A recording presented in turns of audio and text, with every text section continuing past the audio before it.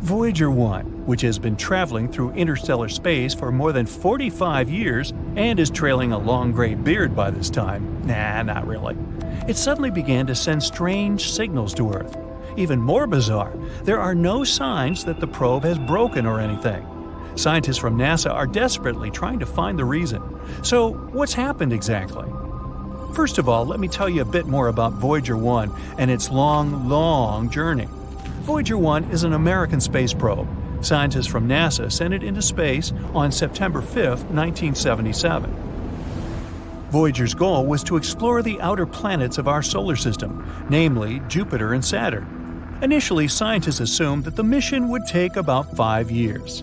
Haha, the joke's on them. The probe exceeded all expectations.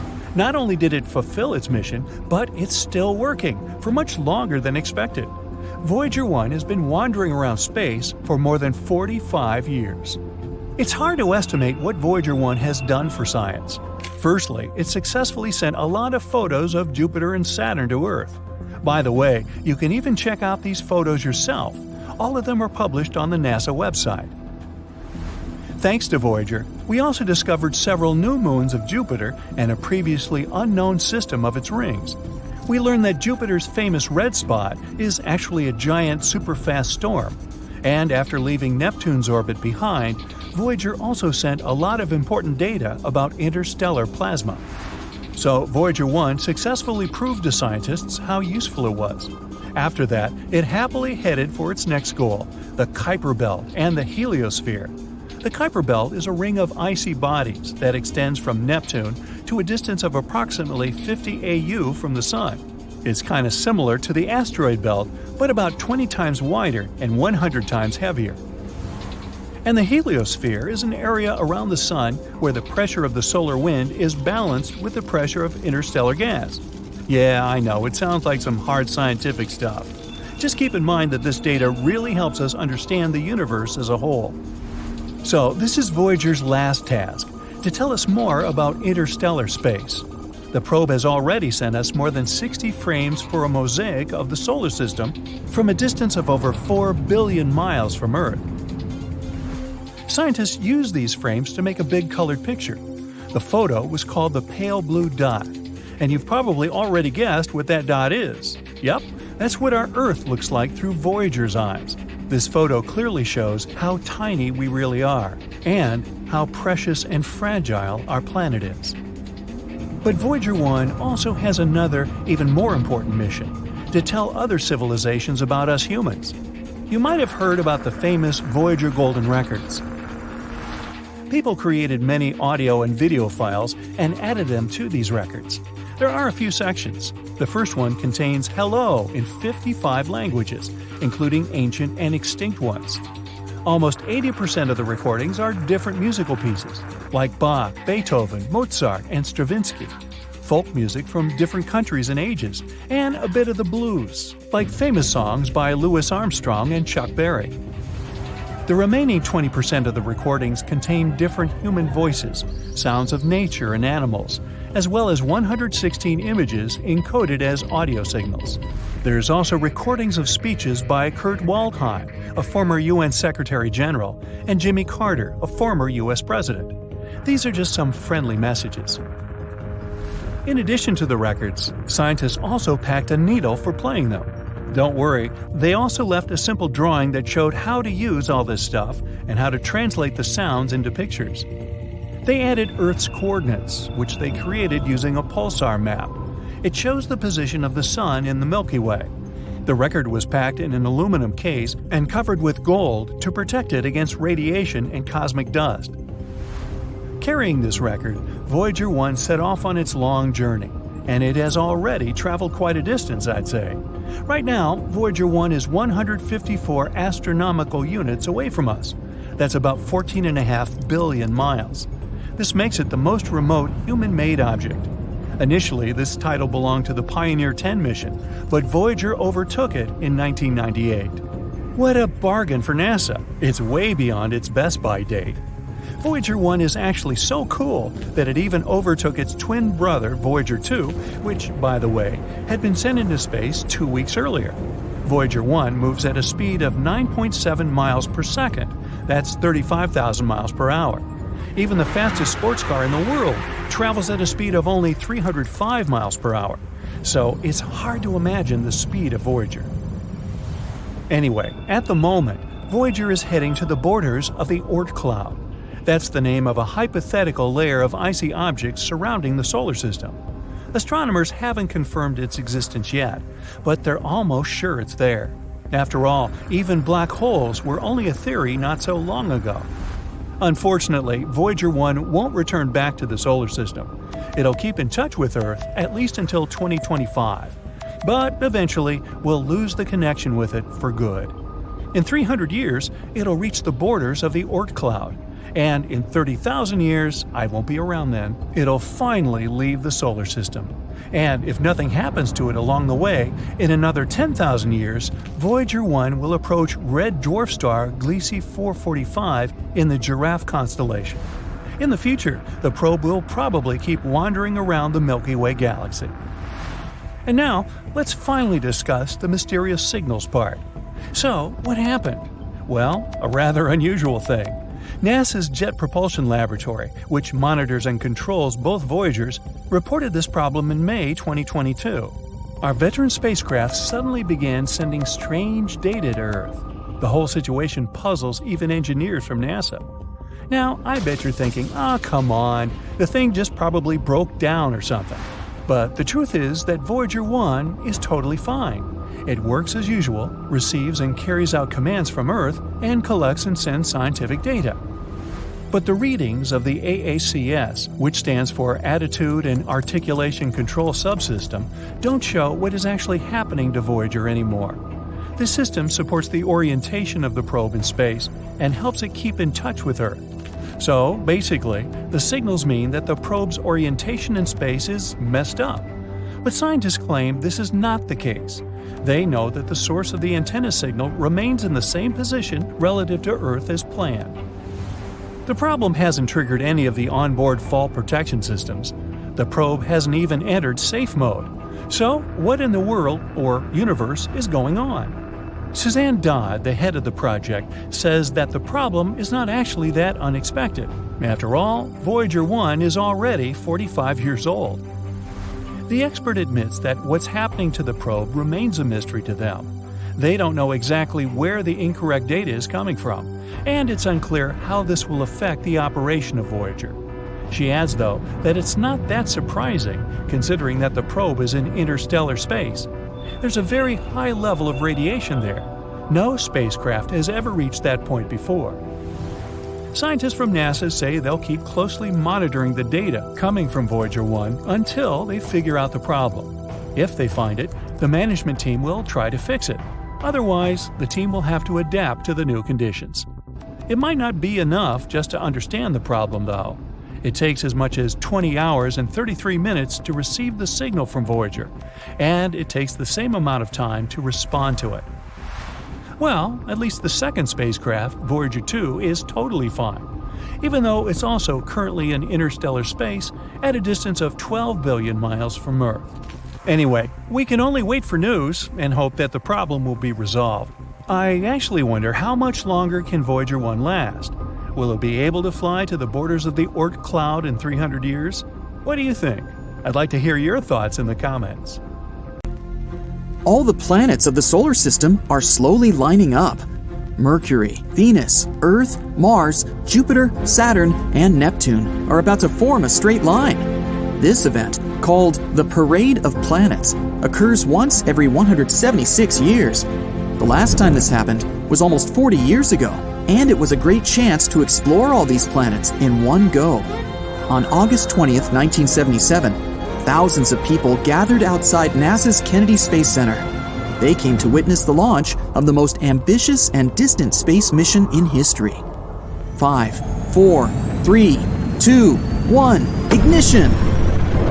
Launch rocket Titan took off from Earth and left the atmosphere. As soon as the rocket reached outer space, it launched the probe Voyager 2, which began its journey. The probe consisted of a bus 1.5 feet in height and almost 6 feet wide. On top of it, there was a round 12-foot wide antenna. Most of the scientific equipment was mounted on a boom that extended 8 feet outward. On September 5, 1977, Voyager 1, the identical space probe, left our home planet. It sent us pictures of Earth and the Moon. It soon overtook Voyager 2, launched 2 weeks earlier. That's why the second probe has the number 1 in its name. And so the journey through dark space began. March 5, 1979. About 4 Earth-Sun distances away from our planet, Voyager 1 came close to Jupiter and prepared its scientific equipment to explore the planet. The probe had a dozen gadgets, including a 2-camera system with narrow and wide-angle lenses. So, it could take full-length photos of the planet with the wide-angle camera, as well as close-up photos of specific places on the planet and its satellites. The probe also had a radio science system to determine the atmospheric composition, weight, and gravitational fields of the planets it came across. Infrared and ultraviolet spectrometers could help measure radiation and temperature invisible to the human eye. Various sensors were used to examine cosmic rays. Voyager 1 was the first to find volcanoes outside Earth. Those were on Jupiter's satellite, Io. It has dozens of active volcanoes that constantly spew lava. Then the probe pointed its cameras at the Great Red Spot. That's how people learned that it was a giant cyclone-like storm that hasn't stopped for the entire history of observations of Jupiter. It was also the first time when lightning was detected outside of our home planet. And in the invisible spectrum, Voyager 1 noticed that Io acted like an electrical generator for Jupiter. Ions, which are charged particles, were constantly flying toward the gas giant. This electrical current was 5 million amps. Soon, Voyager 1 continued its journey. 5 months later, Voyager 2 approached Jupiter too. This gas giant has rings around it. They're not like Saturn's though. Jupiter's rings consist mostly of dust. When the planet's rocky satellites collided, they turned into small debris. Gradually, this debris turned into fine dust. Then Voyager 2 approached Europa. This moon is completely covered by a crust of ice, and beneath it, there may be a liquid ocean where life can possibly exist. Voyager 2 was the first to capture the cracks in Europa's ice crust. While flying near Io, Voyager 2 discovered that 6 volcanoes on its surface were still erupting. This meant that the periods of activity of these volcanoes could last for months. Both space probes circled the gas giant several times and then dashed further into space. Such a gravitational maneuver allowed them to gain more speed and saved fuel for the trip. By November 9, 1980, Voyager 1 had already traveled 8 Earth-Sun distances away from home. The space probe arrived at Saturn. It discovered 3 new satellites of the gas giant: Atlas, Prometheus, and Pandora. This proved the theory that these were the moons that kept the planet's rings in line. It also turned out that unlike Jupiter's, Saturn's rings also contained ice. Voyager 1 took a peek at Titan, Saturn's largest satellite. It's 50% larger than the Moon and even has an atmosphere. It's the only place in the solar system besides Earth where liquid water has been proven to exist. That's why scientists don't deny the possibility of life there. Then it was time for another gravity maneuver. Voyager 1 once again darted away from the planet's orbit. This time, it was aiming upward relative to the line of the parade of planets. Almost a year later, Voyager 2 arrived there. It made a flyby of several of Saturn's icy satellites. Supposedly, a long time ago, these moons collided and knocked huge chunks of ice and rock out of each other. This debris orbited Saturn, collided, and slowly crumbled into dust, consisting of ice and rock. This is how the famous rings of Saturn were born. Another gravity maneuver, and Voyager 2 set off for the next gas giant. 5 years later, it arrived at its destination, 17 Earth-Sun distances away from our planet. For the first time ever, a human-made object approached Uranus. Voyager 2 discovered 11 new moons there. The probe also found that Uranus was the coldest planet in the solar system. Its temperature is negative 350 degrees Fahrenheit.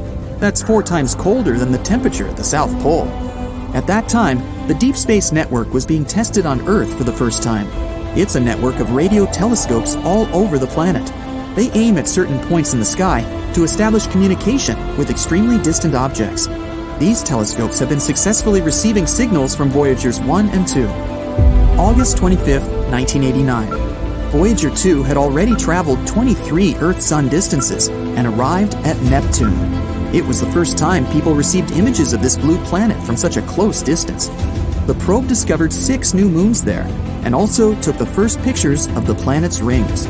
Engineers then turned off the probe's cameras to save power for its main computer and the instruments that measured the solar and interstellar wind. Voyager 2 left Neptune and headed into deep space. That's why it no longer needed the cameras. A few months later, Voyager 1 sent its last photo back to Earth. It was a family portrait of our entire solar system. Every pale dot was a planet. You can barely recognize Earth in the picture. After that, the camera was turned off to save power. This was the start of the interstellar mission for Voyager 1. For 15 years, Voyager 1 had been flying to the edge of the solar system. On December 16, 2004, the probe passed through the termination shock. This is where the solar wind suddenly slows down and heats up after colliding with the interstellar wind. The space probe managed to endure this test and continued its journey. In 2007, Voyager 2 crossed the same boundary.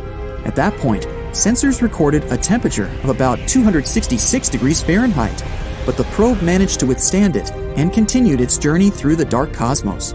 Both Voyagers moved through interstellar space in different directions. They discovered that the heliosphere, the solar wind bubble, is not perfectly round, but more like an egg. August 25, 2012. Voyager 1 became the first human-made object to enter interstellar space. It's now also the most distant artificial object in human history.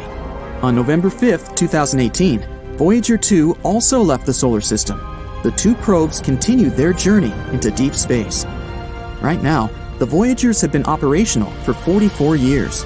Voyager 1 has traveled 153 Earth-Sun distances and is moving forward at 38,000 miles per hour. In about 300 years, the probes will reach the Oort cloud. This is a hypothetical region around the solar system with nothing but asteroids and blocks of ice. Scientists believe they might reach the nearest stars in the next 40,000 years. Perhaps one day, the Voyagers will enter these star systems and explore unknown worlds. There may be planets there that look like ours. The probes may even be able to find an intelligent civilization there. For this purpose, each Voyager carries a golden record with a message on it. There are 115 images. Among them, there's our number systems, a map of the solar system and pictures of its planets, diagrams of human DNA, portraits of people, and landscapes from Earth. There's also greetings in 55 of Earth's languages, including the oldest and newest of them. There are also 90 minutes of music from every corner of our planet. The Voyagers also carry a device to play these sounds. If another civilization gets this record, their scientists could decode the data step by step. And then, that civilization may decide to pay us a friendly visit. They'll have to repeat the heroic journey of the Voyagers, though. Dozens of light years through dark space. Then crossing the border of the solar system, and finally flying past Neptune, Uranus, Saturn, Jupiter, Mars, and the asteroid belt toward the little blue planet. We can only hope that people will be advanced enough to welcome them. Now, Mercury is the planet that's usually closest to Earth. Does that surprise you? Did me. Venus certainly gets closer to us than Mercury. It can be as close as 25 million miles. After all, Venus is the second planet from the Sun, and Earth is the third. Even Mars gets closer to Earth than Mercury. The red planet can come as close to our home as 35 million miles, as it will in the year 2287. I won't be around for that. The average distance from Earth to Mercury is 48 million miles, but Mercury is still usually the closest planet to Earth. That's because Venus is usually somewhere on the other side of the Sun for 112 days, and Mars is usually far away in its highly elliptical, almost 2-year-long orbit. That leaves Mercury zipping between the Earth and the Sun every 44 days, and thus usually closer to Earth than either Venus or Mars. Hey, good trivia question to pull on your friends, isn't it? 22 spacecraft have successfully flown to Venus, and over 30 spacecraft have flown to Mars, but only 2 have ever gone to Mercury. So, what's so hard about going there? Well, it has to do with the Sun. Mercury is not only the planet that is usually closest to Earth, It is also the planet that is always closest to the Sun, 28.6 million miles close, to be precise. Being that close to the Sun creates navigational challenges, to put it mildly. Any spacecraft going to Mercury gets accelerated by the tremendous gravitational pull of the Sun. The spacecraft will be moving too fast to go into orbit around Mercury. That's why the first spacecraft that went to Mercury, the USA's Mariner 10, merely flew by Mercury 3 times, but made no attempt to achieve orbit around Mercury. The only other ship to go to Mercury, the USA's Messenger spacecraft, took 6.5 years to get there. Now that's a trip. Messenger did achieve orbit for a period of 4 years before finally running out of fuel and crashing onto the surface of Mercury on April 20, 2015. Many other spacecraft have flown to Jupiter in about the same time or less than it took Messenger to go to Mercury. The hang-up is the deceleration of the spacecraft. Quite simply, it takes too much onboard fuel supply to fire the engines in the reverse direction and brake the speed of the ship against the Sun's great gravity. Slowing down sufficiently to get into orbit around Mercury is a no-go using rocket power. Some other way had to be found to slow Messenger down, a way that didn't use much or any fuel. Messenger was a hefty 2,400 pounds or so, loaded with 9 pieces of state-of-the-art scientific equipment. Now, 55% of the total weight, or about 1,300 pounds, was fuel. But this fuel would not be used to slow the spacecraft down. The fuel would be used for 5 engine burns associated with gravity assists and also for orbital adjustments once Messenger got to Mercury. Now, gravity assists uses the gravity of a planet and the planet's orbital velocity to either speed up or slow down a spacecraft. If the ship approaches a planet at a forward-moving angle, that is, an angle in the direction the planet is revolving around the Sun, then both the planet's gravity and the orbital velocity of the planet give the spacecraft a slingshot boost, greatly increasing the speed of the craft and sending it off in a different direction. This boost in speed can be added to by the spacecraft firing its rocket engines at just the right time. Both of America's Voyager probes use Jupiter's massive gravity to slingshot them to the outer gas giant planets and eventually out of the solar system. Gravity assist can also be used to slow down a spacecraft, as in the case of Messenger. By entering a planet's orbital path ahead of the planet's gravity pulls back on the spacecraft and slows it down. An engine burn is necessary at this time to escape the orbital path of the planet. Messenger performed 1 gravity assist flyby of Earth, 2 gravity assist flybys of Venus, and 3 gravity flybys of Mercury. Only then had Messenger been slowed enough to enter into orbit around Mercury. The probe traveled an astounding 5 billion miles to get to Mercury from Earth. That's farther than Pluto is away from Earth at its most distant. The name Messenger is an acronym, almost as clever as its intricate flight path to Mercury. Because Mercury is the fastest-moving planet, the ancient Greeks appointed Mercury as the messenger of Olympus. News traveled fast even back then. Messenger really stands for Mercury Surface, Space Environment, Geochemistry, and Ranging. What do you think? Did they have a contest to come up with that? Now, the good news is, there's another mission to Mercury underway right now. It is a combined ESA-JAXA space mission that is bringing 2 orbiting satellites to Mercury. The mission doesn't use an acronym for its spacecraft, it has a real name, Beppy Colombo. No, it's not a cartoon character. Dr. Giuseppe Colombo, after whom the spacecraft is named, was an Italian mathematician and professor of applied mechanics. He worked with NASA on the Mariner 10 mission to Mercury. Beppy is Giuseppe's childhood nickname, which everyone knew and loved him by. NASA had been content with 1 flyby of Mercury, the first ever, but Professor Beppy calculated that with a slight adjustment of the flight path to enable a gravity assist at Venus, Mariner 10 could fly by Mercury again and again on different orbits around the Sun. Thanks to Beppy, NASA got 3 flybys of Mercury for the price of 1. Beppy Colombo, the spacecraft, is scheduled to perform 9 gravity assist flybys. 1 at Earth, 2 at Venus, and 6 at Mercury itself. Each planetary deceleration slows Beppy Colombo relative to the speed Mercury is moving around the Sun. This will allow for orbital insertion. Otherwise, Beppy Colombo would head off into the Sun. Now, once in orbit around Mercury, Beppy Colombo's Mercury Transfer Module, or MTM for short, will release 2 satellites, one European, the MPO, Mercury Planetary Orbiter, and one Japanese, the MEO, Mercury Magnetospheric Orbiter. Both are expected to orbit Mercury for 1 year. Altogether, the MCS, Mercury Composite Spacecraft, consists of the MPO, the MEO, the MTM, and MOSIF, which protects the spacecraft from the Sun and houses the electronics for MEO. This alphabet soup of mission components highlights the other reason it is difficult to get to Mercury. After 6 gravity assist slowdowns, 6 engine burns, 18 orbits around the Sun, 6.5 years of travel time, and 9 billion miles of distance, you have to bring a tailored complex of equipment. It's like that mountain picnic you'd like to go on. You can't just drive there. You have to hike a long way up a tricky mountain trail and bring along insect repellent, sunscreen, and your hat. Oh, and lunch and beverages. It's not easy. Beppy Colombo has packed it all, including lunch. Nah, not really.